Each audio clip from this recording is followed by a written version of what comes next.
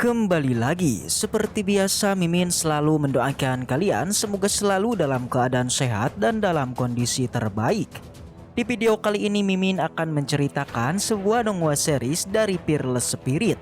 Dan bagi kalian yang mungkin baru gabung ya, Mimin saranin untuk nonton bagian sebelumnya dulu. Linknya ada di deskripsi. Tak berlama-lama, langsung aja kita masuk ke isi ceritanya.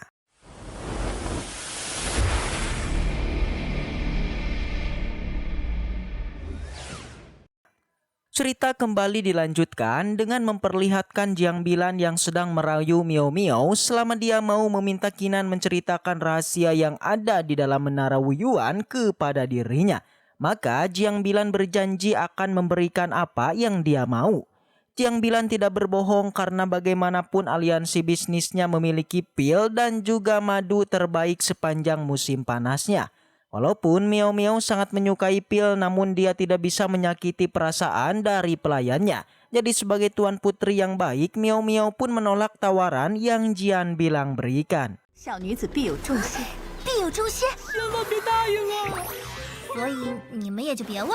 Alhasil Jiang Bilan pun mengajak penjaganya untuk kembali pulang. Tapi di sana terlihat dari tatapannya saja sang penjaga ini begitu membenci Qinan.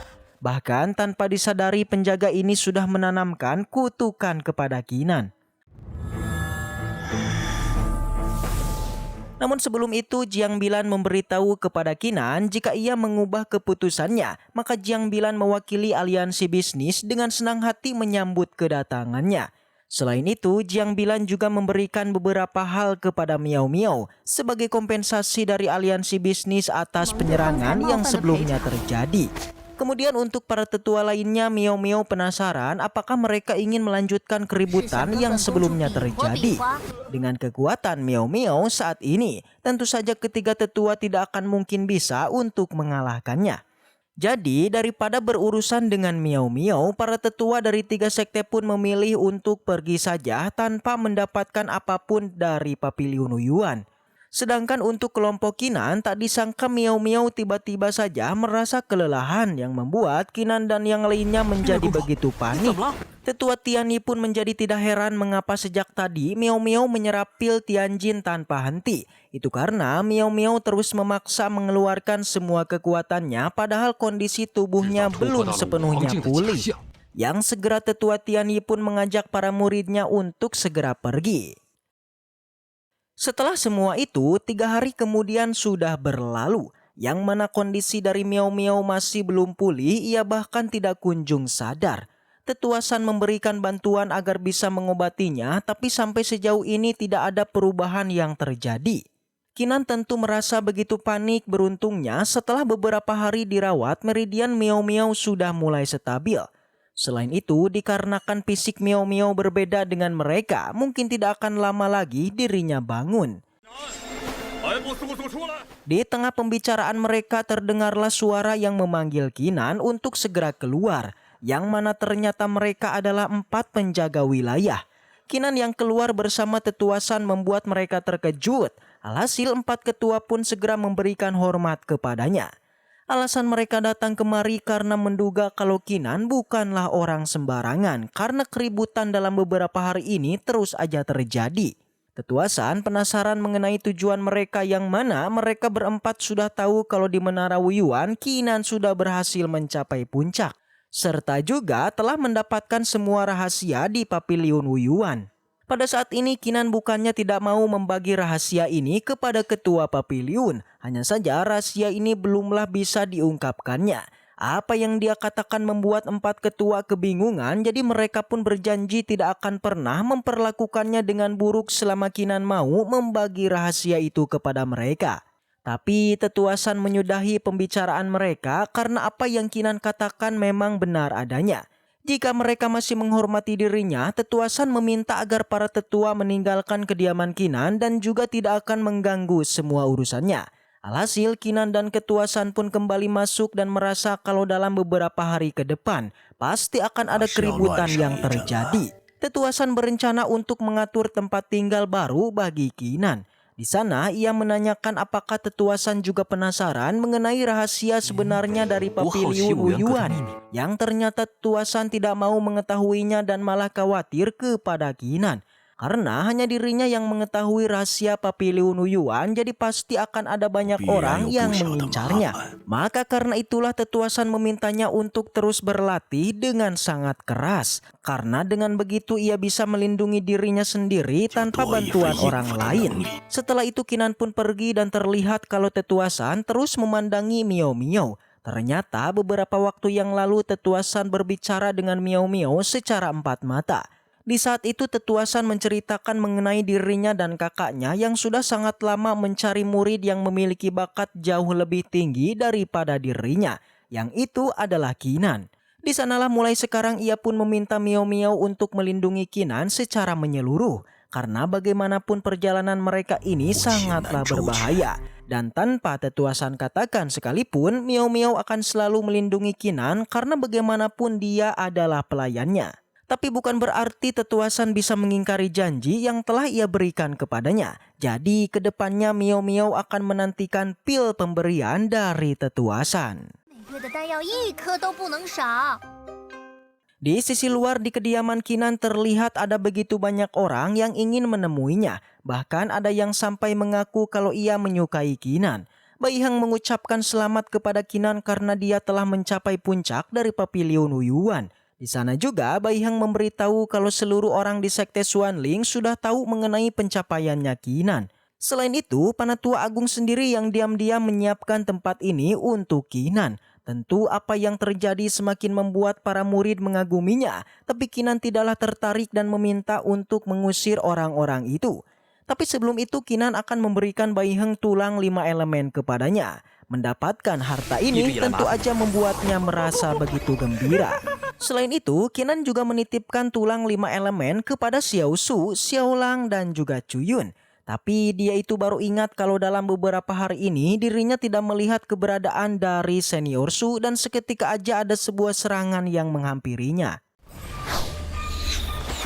Serangan itu ternyata adalah sebuah surat yang berisikan ucapan selamat kepada Kinan atas pencapaiannya dan ingin mengundangnya pergi ke perjamuan khusus di aula kepala akademi.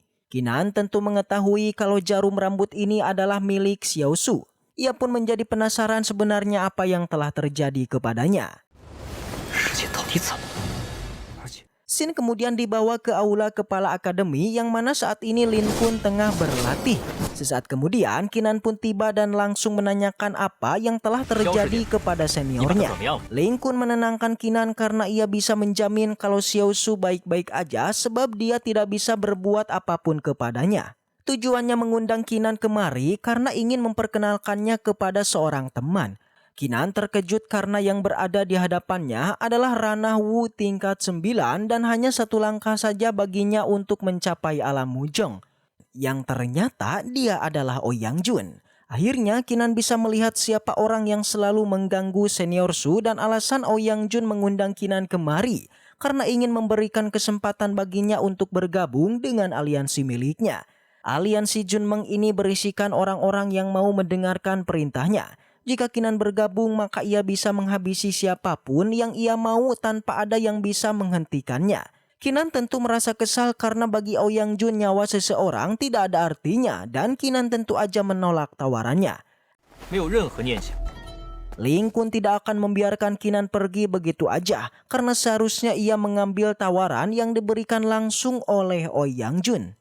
Tapi Ouyang Jun menghentikan tindakannya itu dan ia pun menjadi tertarik kepada Kinan. Di sana Ouyang Jun memberikan kesempatan lagi untuk memikirkan keputusannya. Alih-alih membuat keputusan, Kinan malah memberikan kesempatan itu kepada Ouyang Jun supaya dia tidak berurusan lagi dengan seniornya. Karena jika tidak, Ouyang Jun tidak akan bisa membayangkan perlakuan buruk apa yang Kinan lakukan kepadanya. Tapi Ouyang sendiri hanya bisa tertawa karena dia itu ingin melihat seperti apa kemampuan yang Kinan miliki sampai bisa berkata seperti itu kepadanya. Singkat cerita, Kinan kini sedang melakukan penyerapan kepada batu spiritual hingga tak lama kemudian ia pun mulai masuk ke dalam alam bawah sadarnya. Di sini dirinya menggunakan 7 pedangnya untuk bisa masuk ke dalam batu spiritual. Tapi dalam berkultivasi dia dikejutkan dengan seseorang yang memintanya untuk keluar agar bisa bertarung dengan dirinya. Sosok yang menantang Qinan itu berdiri di atas udara. Orang-orang yang menyaksikan keributan ini tahu betul kalau pria itu adalah Leng Peng. Dan sebelahnya adalah Zhao Guli, putra penguasa balai hukuman. Leng Peng adalah pria yang sejak dulu menginginkan pedang 7 jiwa, namun malah diambil lebih dulu oleh Qinan. Jadi tujuannya datang kemari tentu tidak bukan adalah untuk mengambilnya. Qinan tidak akan menyerahkan pedangnya begitu aja karena jika Leng Peng menginginkannya, maka ia itu harus mengambil semua ini dengan kemampuan sendiri. Leng Peng paham dan dia akan mengikuti aturan sekte yakni bertarung dengannya di arena hidup dan mati. Namun Qinan mengingatkan kalau ranah Leng Peng berada jauh di atasnya, jadi tantangan yang ia lakukan sungguh sangat konyol. Tapi mereka malah mengancam Qinan dengan membawa Xiao Leng dan juga Cuyun yang telah dituduh menyakiti sesama murid. Jadi mereka pun akan dihukum berdasarkan aturan Papiliun. Jika mereka memang terbukti salah, maka akan dipenjara selama 5 tahun lamanya. Xiao Leng dan Cuyun memberitahu kalau ini semua adalah jebakan yang mereka buat. Namun Zhao Guli malah tertawa dan Qinan tidaklah menyangka mereka akan menyakiti teman-temannya padahal mereka itu tidak terlibat dalam masalahnya. Leng Peng sama sekali meminta Qinan untuk memikirkan keputusannya karena bersalah ataukah tidaknya mereka itu ada pada tangan Qinan. Sontak Qinan sangat kesal kepada mereka karena telah melibatkan teman-temannya hanya untuk membuatnya marah. Leng Peng tidak terlalu peduli sebab segala keputusan yang akan terjadi kepada mereka ditentukan langsung oleh Qinan. Orang-orang yang melihat kejadian ini mengetahui kalau Leng Peng dan juga Zhao Guli adalah kelompok dari Zhuan Meng yang didirikan Ouyang Jun. Dari segi kekuatan aja, Qinan maupun Leng Peng ini memiliki kesenjangan yang cukup besar. Jadi mereka berharap Qinan tidak menerima tantangan duel di istana kehidupan dan kematian. Berhubung mereka sudah memberikan Qinan kesempatan dan ia tidak mau menerima tantangannya, maka Leng Peng tidak mau membuang-buang waktu lagi. Mulai sekarang teman-teman Qinan akan menderita dan semua itu adalah kesalahannya. Pada akhirnya Qinan akan menerima tantangannya namun ia meminta waktu 2 bulan lagi. Karena setelah itu dirinya dan Leng Peng akan bertarung di istana hidup dan mati. Leng Peng yang percaya diri dengan kemampuannya akan memberikan Qinan waktu dan segera mengucapkan salam perpisahan. Setelah masalah ini selesai, terlihat kalau Gong Yang mendatangi Qinan karena ia tidak menyangka Qinan akan menerima tantangan dari Leng Peng. Di sana, Qinan menenangkan Gong Yang sebab itu masih memiliki waktu 2 bulan lagi, jadi kemungkinan dirinya menang masihlah ada. Tapi Gong Yang meminta Qinan untuk tidak sepercaya diri itu karena bagaimanapun Leng Peng berada di ranah alam Xiantian di tingkat 9. Meskipun Qinan mempelajari seni bela diri kuno namun tetap aja dia tidak mungkin bisa melakukan penerobosan besar dalam waktu yang singkat. Walaupun begitu, Qinan tetap percaya diri. Demi untuk membantunya, Gong Yang akan memberikan sebuah pil dan anggap saja ini sebagai sponsor darinya. Setelah menerima begitu banyak pil, Qinan pun memberikannya kepada roh perangnya, yang mana seluruh pil itu diserap dalam waktu yang begitu singkat. Qinan merasa begitu banyak pil dan juga ramuan yang telah didapatkan seharusnya ini bisa meningkatkan jiwa dari roh pedangnya. Tapi Qinan mulai merasa frustasi karena bagaimanapun tidak ada tanda-tanda kalau roh perangnya akan mengalami penerobosan. Sampai di sana suara Miao Miao pun mengejutkan Qinan yang memuji dengan apa yang ia lakukan. Melihat Miao Miao yang telah sadar membuat Qinan menjadi begitu senang. Alasan Miao Miao bisa pulih secepat ini karena bantuan yang diberikan oleh Panatuasan yang sangat hebat dalam ilmu medisnya. Qinan pun mencoba bertanya kepada Miao Miao apakah dia itu memiliki semacam pil, hanya saja saat ini Miao Miao tidak memiliki satu pil pun. Justru dirinya bertanya kepada Qinan mengapa ia menghabiskan pil yang seharusnya diberikan kepadanya. Dikarenakan Miao Miao tidak memiliki satu pun pil, jadi Qinan ingin pamit pergi karena harus kembali berlatih. Namun sebelum itu Miao Miao menghentikannya. Ia membenarkan kalau saat ini ia sungguh miskin tapi bukan berarti ia tidak memiliki cara lain. Miao Miao pun memberikan Qinan pil yang jauh lebih berharga dibandingkan yang pernah ia terima. Ketika Qinan mendekatinya secara tiba-tiba aja Miao Miao pun menarik tubuhnya yang mana ia mulai membisikkan sesuatu kepada Qinan. Sin berpindah ke tempat papiliun hukuman atau lebih tepatnya kepada ketua papiliun. Ia sedang berbicara dengan para bawahannya dan meminta mereka untuk menyerahkan keputusan ini pada hakim.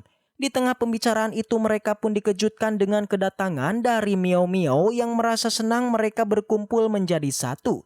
Salah satu bawahan dari papiliun pil awalnya mencoba mengancam Miao Miao, tapi ketua papiliun langsung menutup mulutnya. Ia pun bertanya tujuan dari Panatua Miao Miao dan alasan ia datang adalah untuk mengirimkan surat atas nama Qinan. Ternyata yang menerima pesan itu bukan hanya ketua papiliun hukuman aja, namun para ketua lainnya juga menerima surat yang sama. Selain para ketua, surat ini juga Miao Miao antarkan ke beberapa murid seperti Su Yayao dan juga Mo Jisan. Isi surat ini sepertinya permintaan Qinan untuk meminjam amunisi dari seluruh murid sekte. Beberapa dari mereka masih belum percaya kepada Qinan. Selain itu, apakah ia mampu untuk membayar kembali semua ini? Walaupun begitu, ada juga yang tetap yakin kepadanya.